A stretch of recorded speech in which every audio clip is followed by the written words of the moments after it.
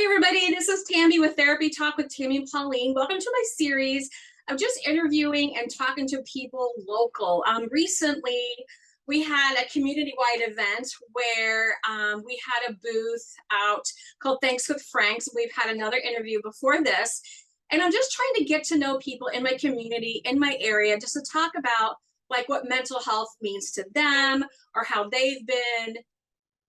What was that noise? Sorry, it was my phone. Okay, I was like, oh. So I have not met our person that we're interviewing. We had just spoken like through the phone. She filled out a piece of paper when we were doing our Thanks with Frank's event. So anyway, we're just going to have a real candid interview and just kind of go from there. But I'm going to start off with a it's called The Blank And. I think I've mentioned this before, but this is a strangers edition. So I thought since we're strangers, essentially, because we've never talked before or met before. Well, hello. I'm Rebecca Montgomery. Rebecca, thank you.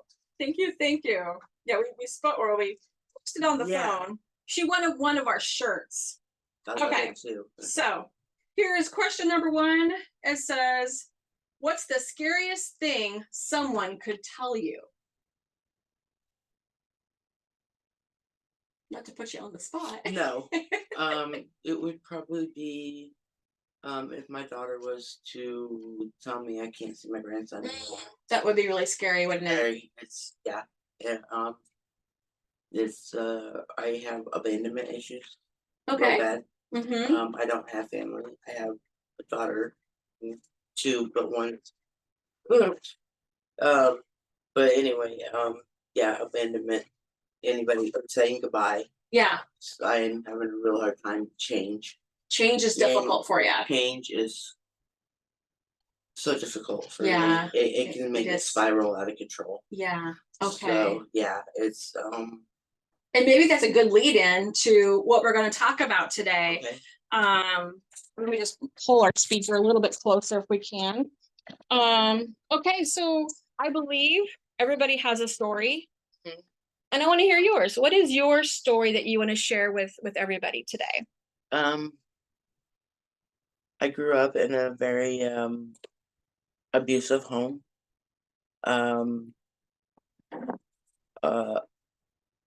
Sexually, physically, emotionally, mentally, all of it.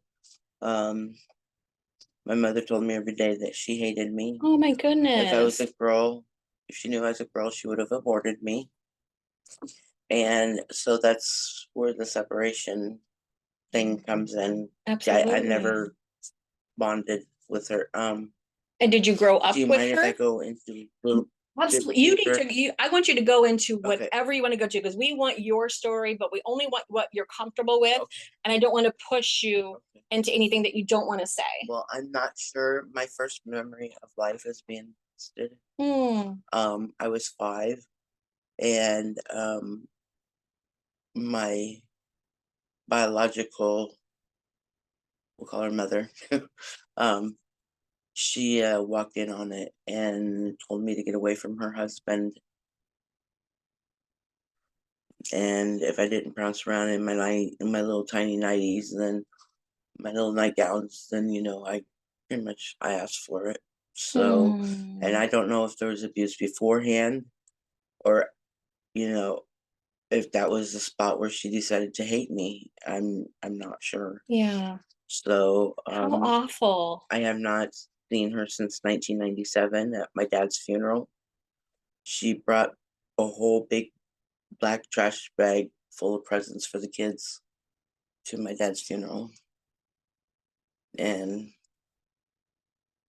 I don't even know why she came. I mean, they've been divorced for many, many, many years. And she was so mean to him. My dad had adopted me when I was a baby. He was, when nobody else stuck by me, he did. Nobody wanted me. I ran away from home. Of course, I wanted to get away. My brother and uncle had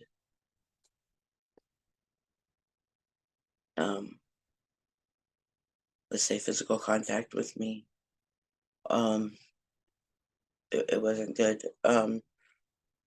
2 months before I ran away.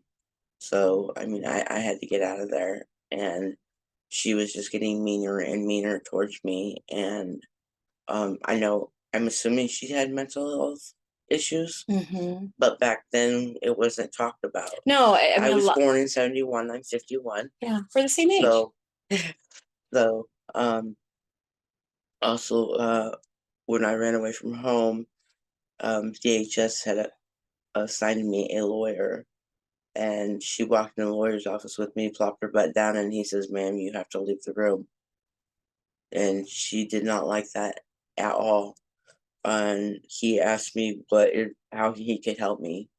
And I said, "Get me out of the home or I'm going to kill her." And how old were you at that time? I was 13. Wow. Yeah, 13 and a half. So you'd had enough. I'd had enough. Yeah. I had enough.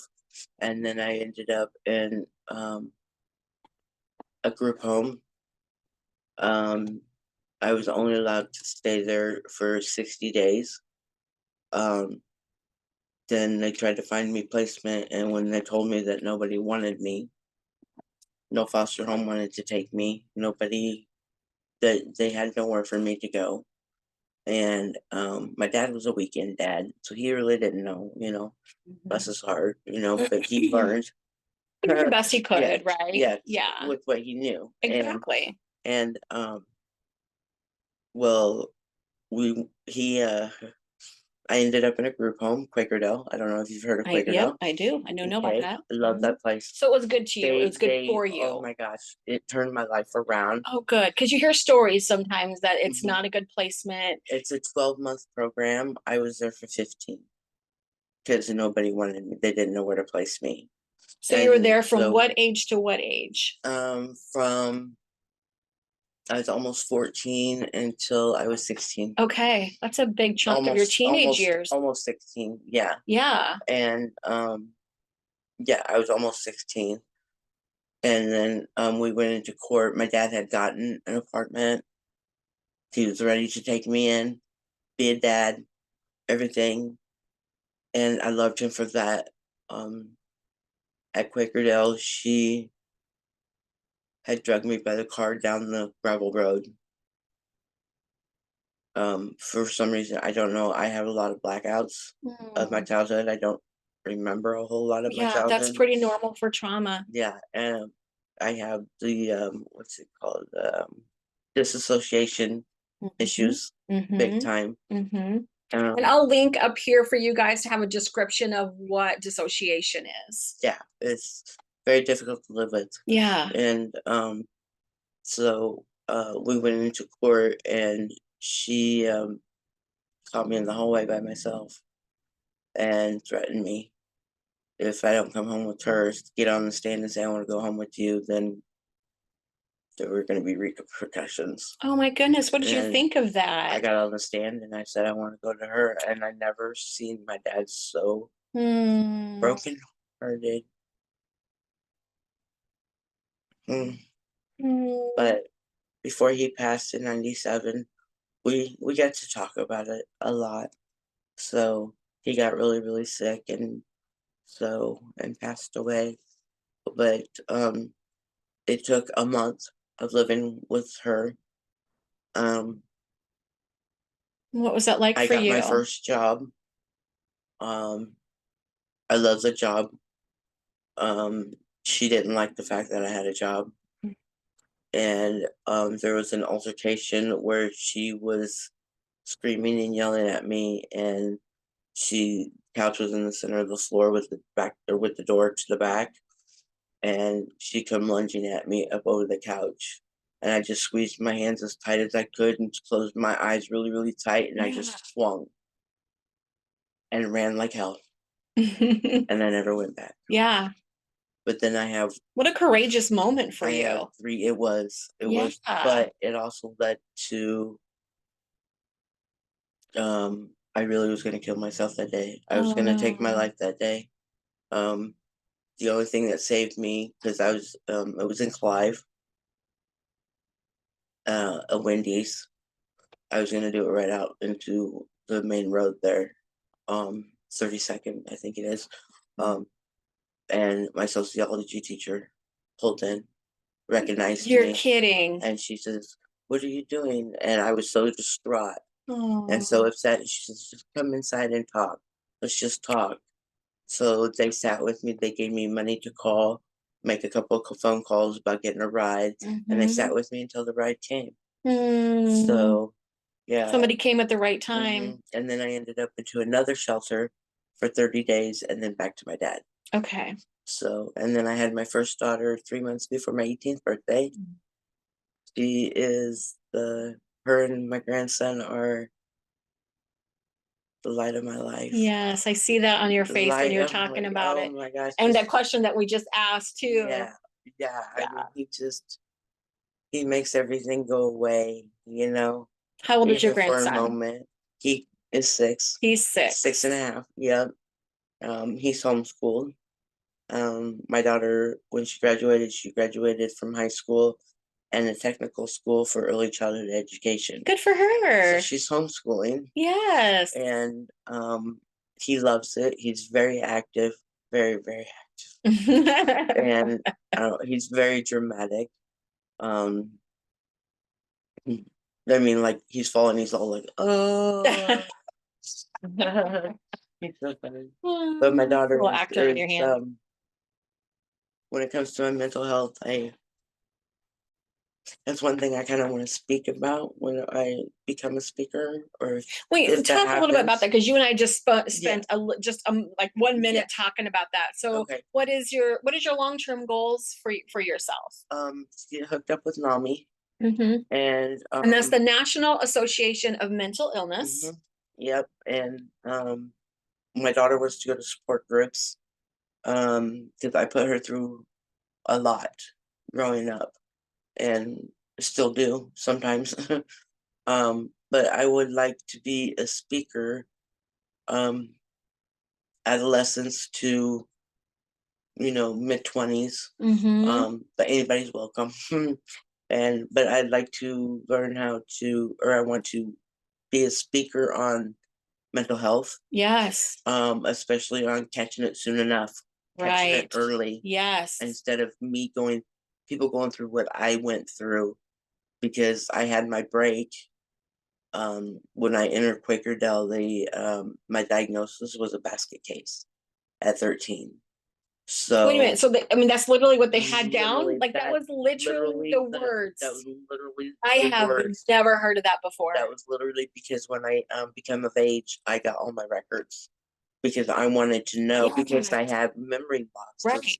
So I got the records, and diagnosis was basket case. Oh my goodness. Yeah, at 13. So I want people to know that there's no such thing as a basket case. Yes. There's no such thing. It's very, very hurtful.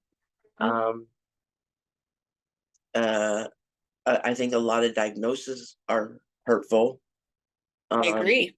I think they overdiagnose. I think they underdiagnose.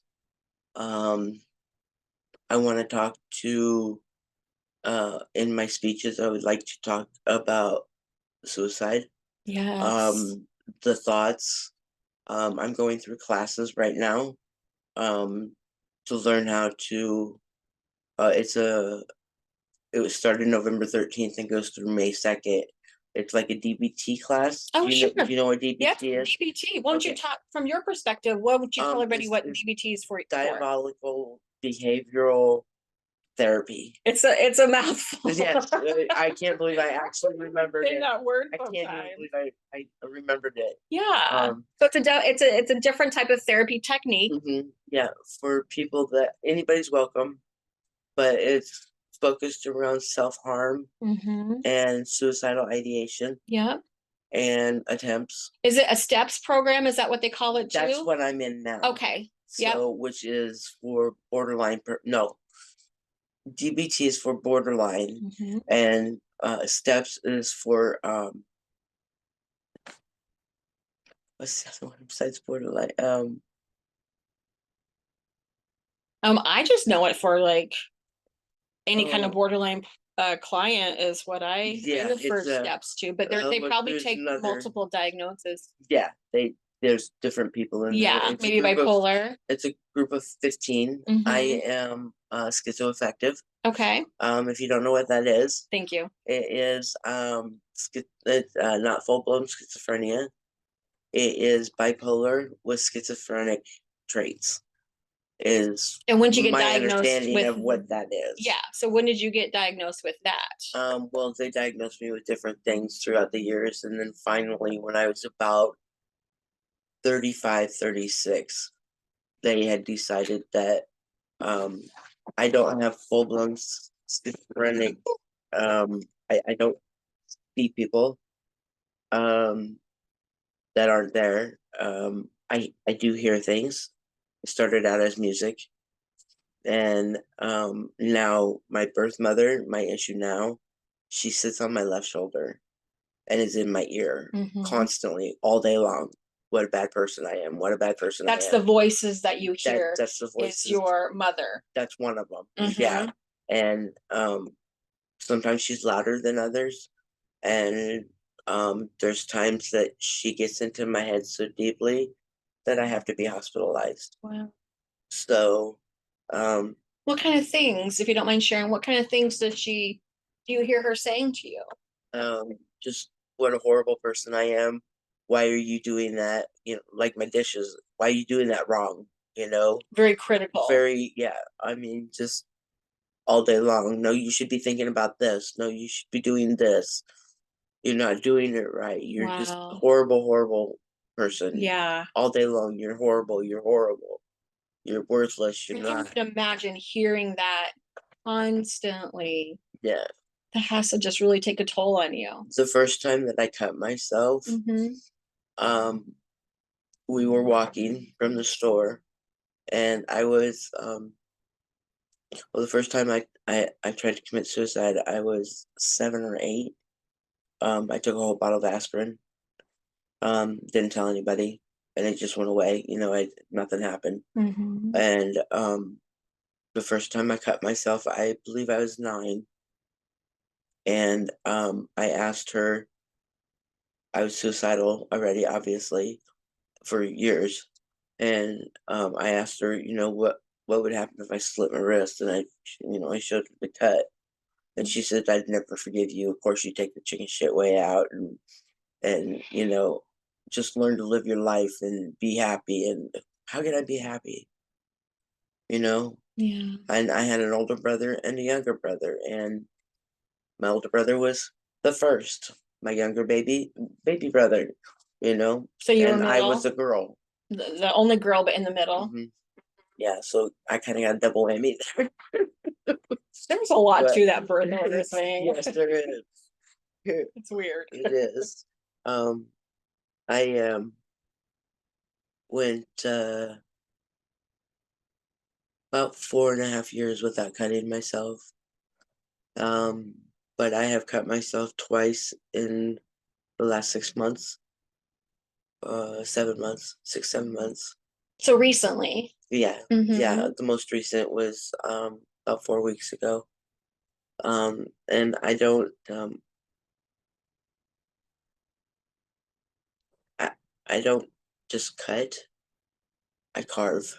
I Mm. carve words into myself. Like um the one last June, um it was during a med change, and my second daughter was playing head games with me with my grandkids, and so I put a big OW on my leg for worthless. And then I have a big scar here from it says I'm stupid. It's the whole size of my arm. Um and the most recent one 4 weeks ago is idiot. And then I was gonna do it again Saturday night, or last Wednesday night. I'm sorry, I apologize. Last Wednesday night I was going to do it. Steps, but we have a steps buddies Mhm. chat going. Mhm. So, and nobody would answer me, and nobody would answer me. It was late, and Oh, yeah. but and everybody's like, "Oh, when you think about it, reach out to your reach out to your person. person. But once you're in that state of mind, because I didn't want to do it. I didn't want to do it. And I sat like this, and I never sit like this. And I was like, I knew it. I knew it. I knew it was too late. And so then it was felt just automatic. Yeah. It's not. A lot of people think it's about the blood releasing your emotions. For you, what for do me, you think? Yeah. It's okay. You don't have to answer that. I feel like I deserve it.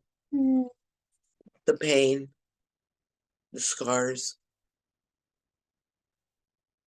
I just feel like I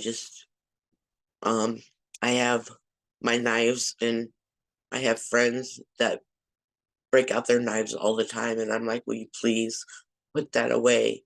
Because as soon as I see a knife, it triggers it. Yeah. It triggers the thought. It doesn't mean I'm going to do it, but it triggers a thought every time I see a sharp knife. And so I keep them in a drawer with my pot holders on top of them, so I don't get in that drawer very often. Yeah. But yeah, I just feel like and that's, you deserve it. You deserve it. Keep going. Keep going. You're not done yet. Finish it out. And then last Wednesday, I was gonna put a joke. I feel like I'm just a joke to people.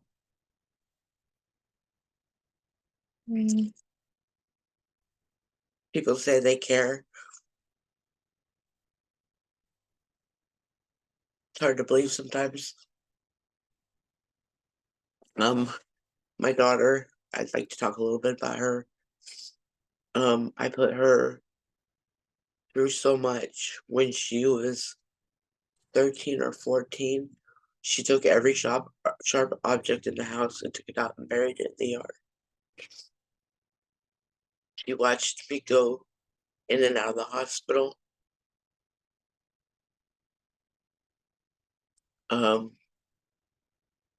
She still, when it comes to my mental health, she doesn't mess around.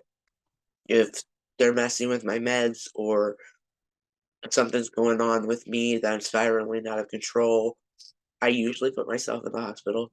I know when I'm at that breaking point That's before good. I hurt myself. Yeah, that's I good. mean, before I really hurt myself.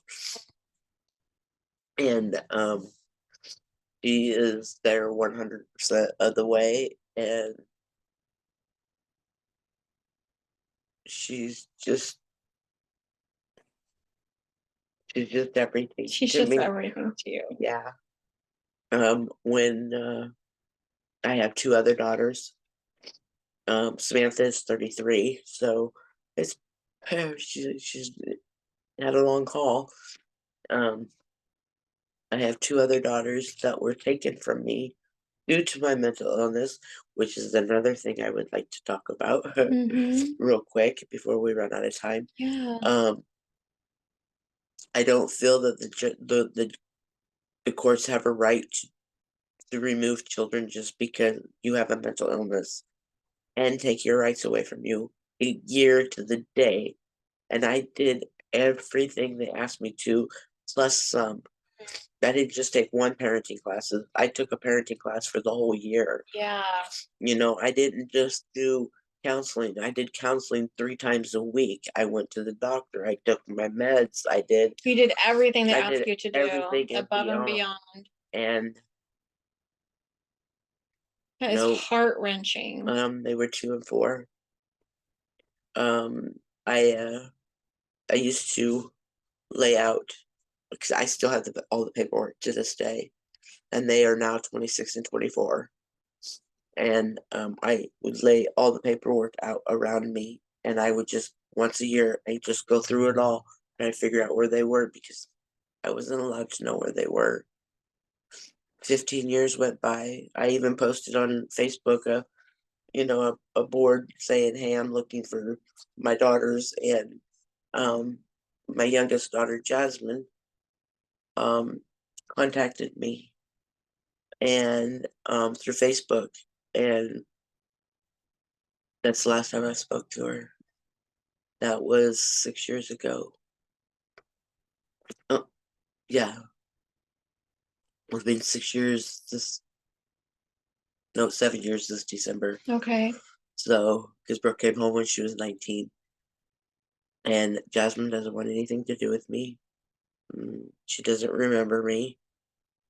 Because she was 2. She was 2. Right. Yeah. Okay. Brooke remembers me. Brooke and I have a she's a very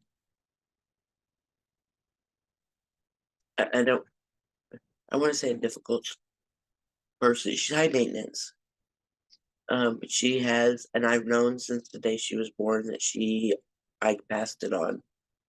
And I think she's angry at me for doing that, for having the mental illness to begin with, and then now she has to live with it. And Is she struggling with some of the same things that you struggled with too? a lot. Yeah. I mean, a lot.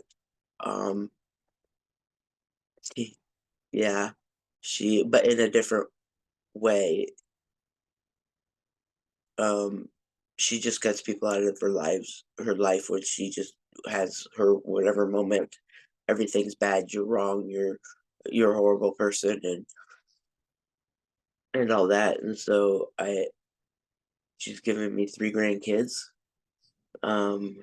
Beautiful, beautiful grandkids. I wish I could see them more, but she likes to take them in and out of my life. That's rough. And right now they're in my life. Okay. Again. So just recently, in the past 3 or 4 weeks, they've been in my life. I had my friend Jenny that was here previously. I had her call her or message her and tell her, please call your mom. So, because I needed baby fixins. I have to have them. I can understand that. You know, and they're Oliver is 5. Willow is 2, and then her first daughter just turned 6, October 29th. She put her up for adoption. So she lives in Missouri. So she gets pictures and letters and stuff from them. So, but it's been rough. It's been really rough. But the stigma is,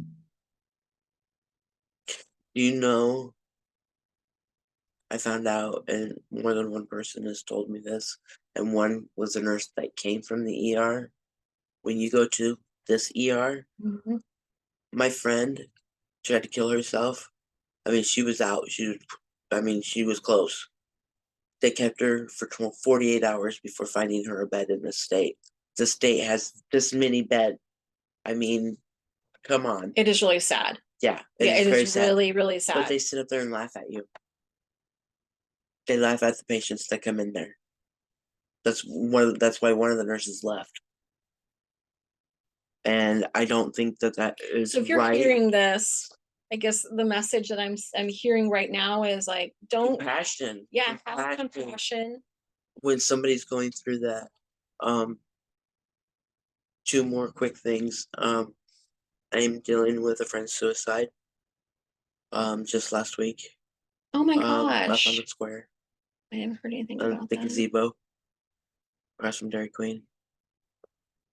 You know what? And I stay away that's from the thing, all the there's no news. memorial. I do too. Yeah, But see, he was a friend of mine. oh my gosh, So, and then I found out, and then, yeah, and I'm having issues with. I mean, I know it's not my fault, but I turned him away about a month and a half, 2 months ago, because he can't be in my building. I didn't want to get in trouble. Yeah. And so I turned him away, and now I can't take that back. But you do know that you were not the my fault. culprit. Yes, you did not make that happen, but I can see how that would it hurt your heart. Yeah, it really hurts. Yeah, it hurts your heart. And the second thing, which is really, really huge on what I want to speak to, besides that group of people, officers. Talk a little bit about that. I think there should be a bill or a law that all officers in the United States are trained in mental health. You're gonna make me cry. Because I was arrested for trying to kill myself. They pulled guns on me. I had a knife. I was sitting on the ground. 5 of them pulled guns on me. And I finally threw the knife and I was like, okay, I'm done. And they tackled me. And I got assault on a peace officer because I spit in his face because he punched me right there in the arm. I had a bruise that big, but I couldn't press charges. Officers, you need to understand mental health is serious. Very, very serious. You need to treat it as a serious thing, not put guns on them when they're already suicidal. That's what they're wanting. You don't do that.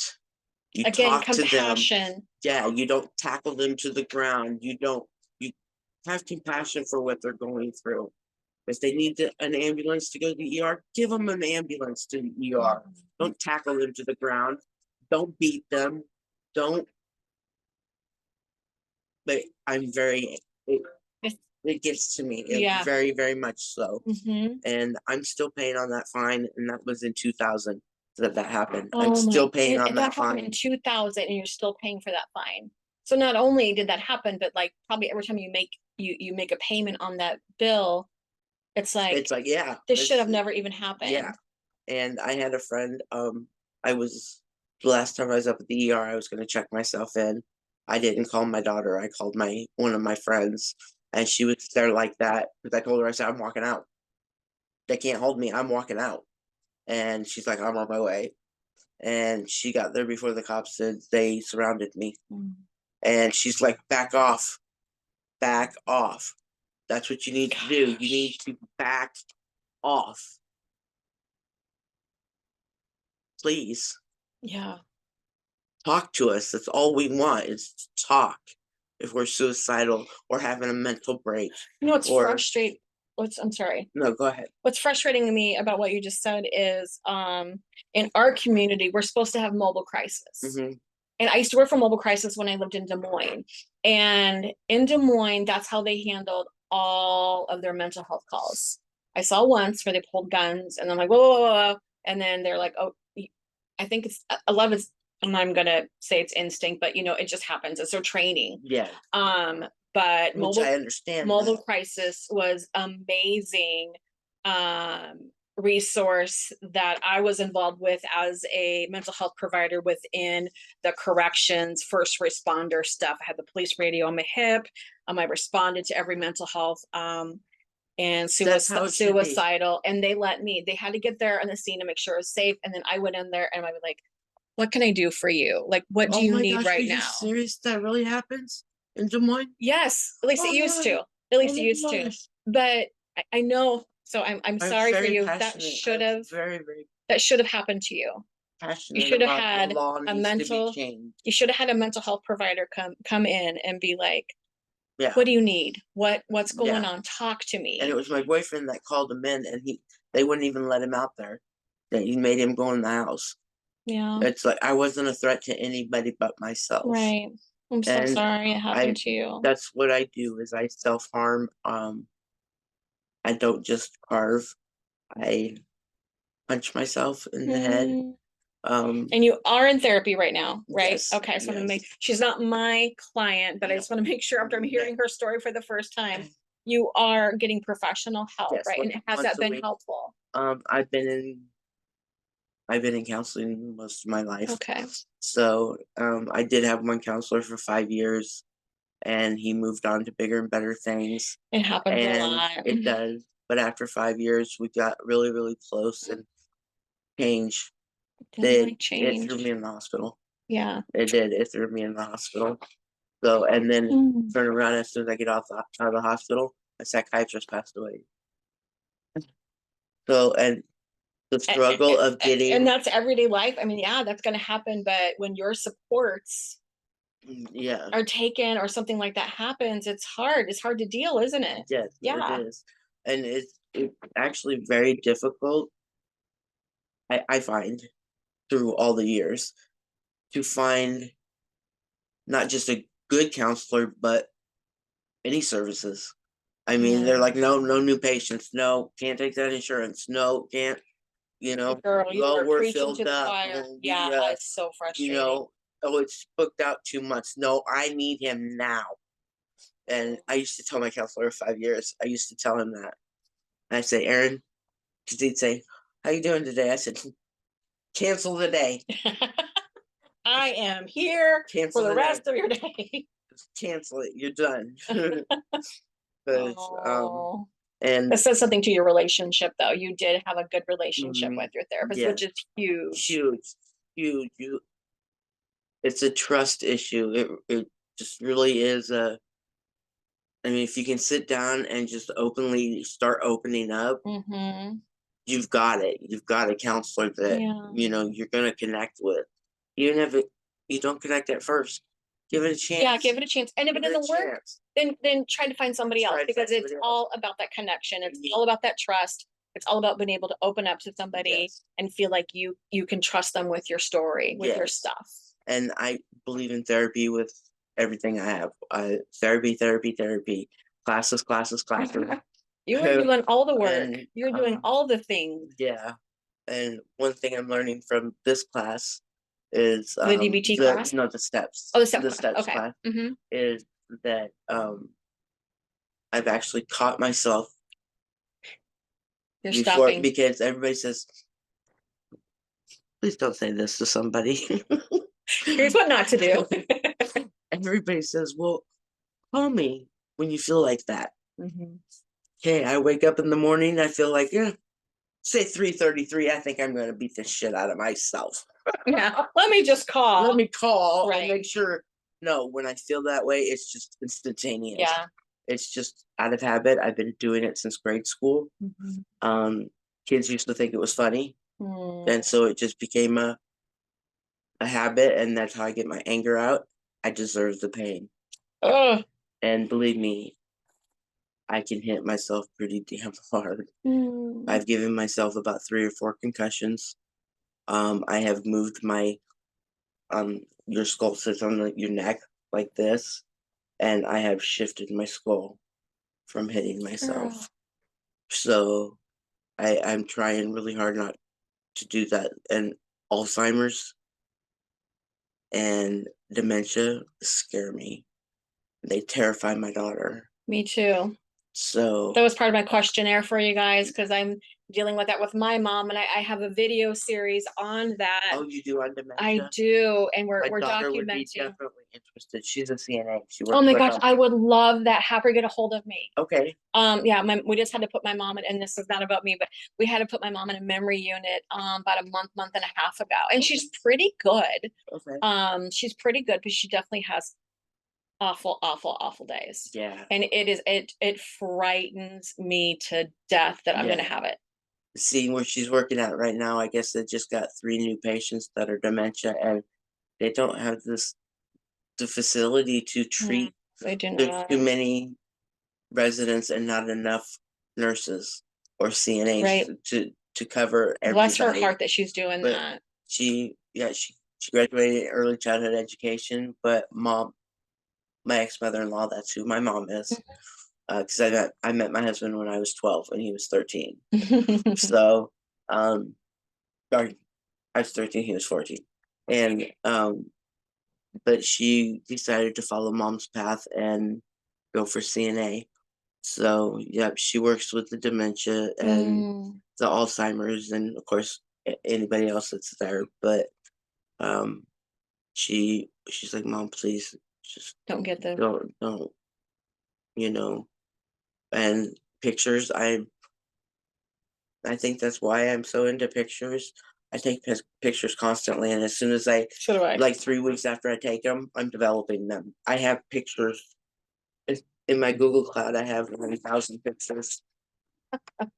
No joke. I even back in the day, we're the same age, so like the Polaroids, and like we have to print every single picture, and so if you take 4 or 5 pictures, you have 4. Remember the free doubles you would get, like At Hy-Vee. yes, a Hy-Vee Yeah. in Drug Town or whatever. But yeah, at least now everything's digital. But if it doesn't back up, Yeah, you're in trouble. exactly. But I And- like that you're taking pictures. So that's probably a good and thing I for you to write look back on. when I get the pictures, I write on the back Good for you. because I may not know someday. Mm, So that's I awful. don't know. I'm still young, You are. and We are young. we are young.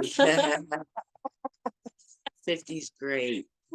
It kind of It is. kind of I'm is. really regretting it, but Me too. I But think I'm like, last year, like now I'm 51, yeah, and I feel like I'm finally probably where I need to be, who I am, and just comfortable in my own skin, and I'm just doing my own yeah. thing, not worrying about other people as Yeah. much. In the last year, I've really been like, this is what I want out of my I life. love your goal This is too. what I want.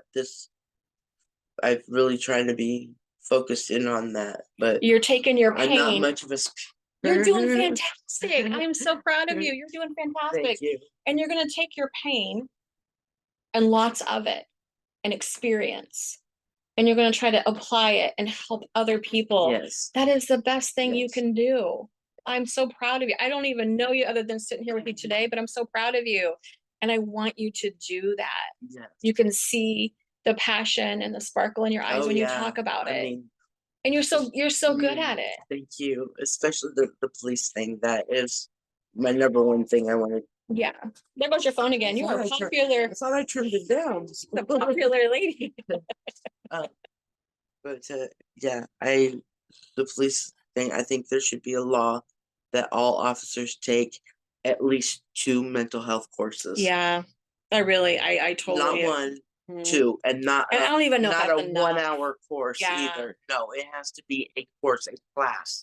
But I think they also need to have mental health help for first responders. I agree. So when they do, Like so what let's you say they did, go on a right? scene. Like what you did. Kind of. So like, let's say they go on a really bad scene. You can't unsee what you see, right? Right. So they're going to have trauma, lots and lots of trauma. And if that's your full-time job, you have layer of seeing tons of bad stuff. Yeah. They need to have support. They need to have mental health for them. Oh, for them to police help them officers? get through. Yes. Yes, I To help agree. them get through what they're and first responders. So like, EMTs, nurses, doctors. I mean, they're seeing Things, it yeah. all. Firemen, police. Yes, all of them. I agree. I do agree. Yeah. And, I never thought about it that way, but yes, I do agree on that. So they need training. Yeah, But they also need to be supported and helped, help them deal with it too. Because they yeah. might carry it into their next call. I've seen that when I worked with the police department. Yeah. Yeah. And maybe that's what happened the day that I, Yeah. I turned That's it kind down. of a fun ringtone. I swear I turned it down. But Next time we'll have to make sure for next interview. Well, I am sure blessed to have you here today. And Thank you I'm for beginning to listening. think that this is not a one and done conversation with you. It feels Thank like you you. have probably a lot of, maybe we could concentrate on certain points of your life to educate other people. And that's another passion that I have with this channel where we're at now. I want to talk to real people. I don't want just my opinion, because my opinion on mental health is my opinion on mental health, but it's going to really make a change in the world to destigmatize and get more people in the field, or get more people to understand that this is a real issue. Real people are dealing with it. And so having real people like you that have a story, we all have a story to tell. Yeah. This is your story. And I love that you're sharing it. Thank you. And I feel like you have so much more to share. It's hard every time I say it. It's hard, but it is hard. It doesn't get easier over the year. And that's when I have suicidal ideation. I don't want to die. I don't. Yeah. I'm just tired of being tired. Tired of being tired. That is my phrase. I am tired of being tired. The fight is so hard, day in, day out, day in, day out. People come up to me, why are you so sad? I'm not. Well, it looks like it. Well, okay, so maybe I am, okay? Right. Yeah. But I'm trying to have a good day. Let me get through it, don't bring it to my attention, But so listen, on a good note, what has been some good things in your life? What are some accomplishments? You have your daughter, you have your grandkids, or your daughters, sorry. Daughters. Yeah, what's been your I'm really glad this happened. I'm really glad about this. I would have to say mom, but that's where my mind's going right at the moment. Yeah. Mom and dad. Mom especially. We lived together for many, many years. Even after we split, my husband and I split up. She was my mom, and Your mom's your mom. she taught me everything I know as a mom and as a grandma, even though she wasn't here.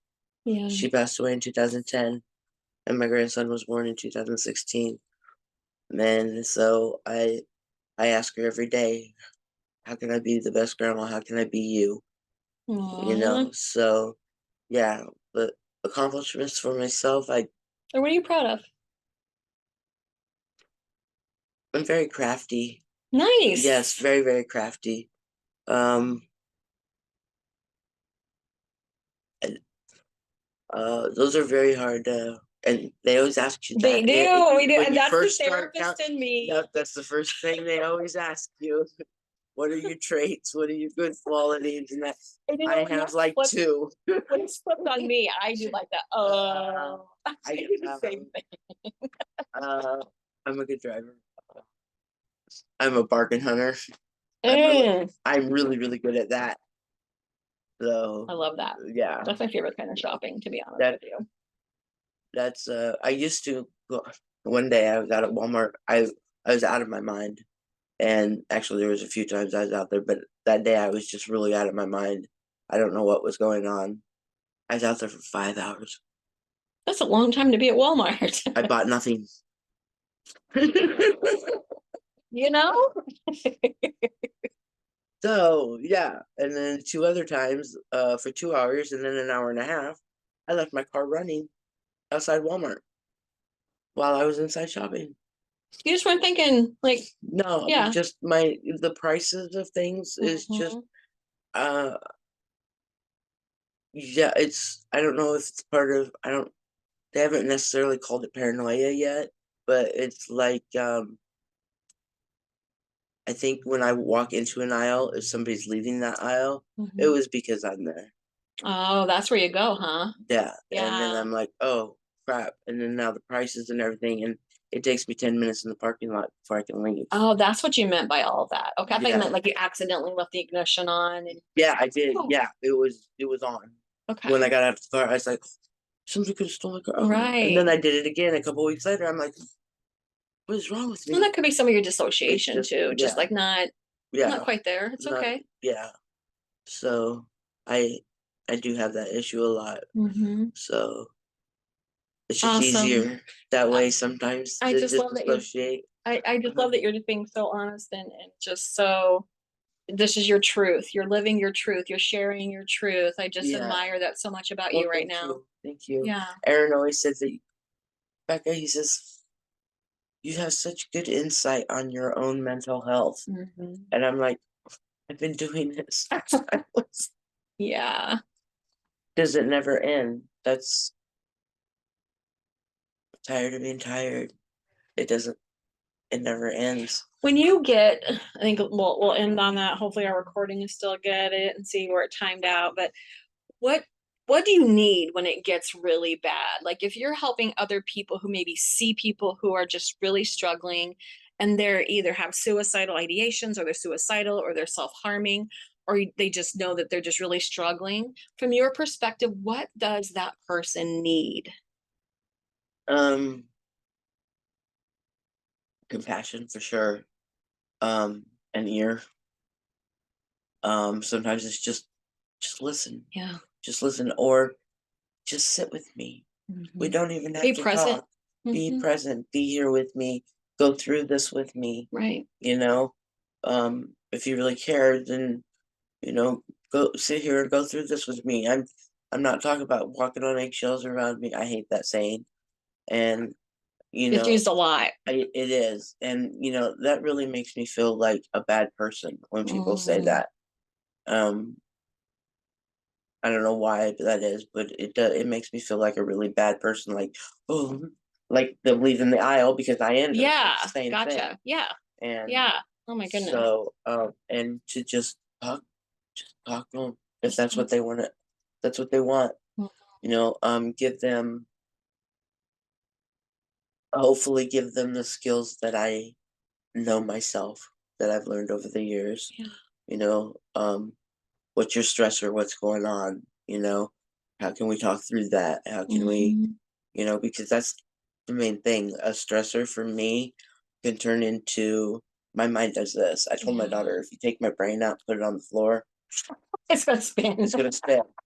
Because that's what my mind does all day, all night. It's a little spinning toy. Yeah, all day, all night, my mind does that. And so it it's just crazy. My mind just goes and goes and goes and goes. I can't believe I actually sat here and held the whole You did conversation. fantastic. Now I'm starting to trail off on It's okay. I do that too. When my girlfriend Pauline, I forget sometimes. Yeah. That's why I worry about the dementia. Oh yeah.